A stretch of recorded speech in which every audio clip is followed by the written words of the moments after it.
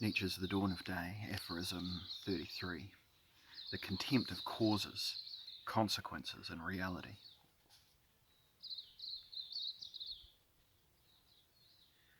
Those unfortunate occurrences which take place at times in the community, such as sudden storms, bad harvests, or plagues, lead members of the community to suspect that offences against custom have been committed, or that new customs must be invented to appease a new demoniac power and caprice. Suspicion and reasoning of this kind, however, evade an inquiry into the real and natural causes and take the demoniac cause for granted. This is one source of the hereditary perversion of the human intellect, and the other one follows in its train, for, proceeding on the same principle, people paid much less attention to the real and natural consequences of an action than to the supernatural consequences, the so-called punishments and mercies of the divinity. It is commanded, for instance, that certain baths are to be taken at certain times, and the baths are taken not for the sake of cleanliness, but because the command has been made.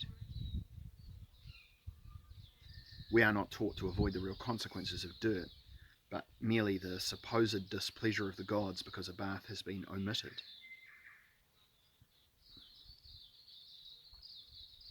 Under the pressure of superstitious fear, people began to suspect that these ablutions were of much greater importance than they seemed. They ascribed inner and supplementary meanings to them, gradually lost their sense of and pleasure in reality, and finally, reality is considered as valuable only to the extent that it is a symbol.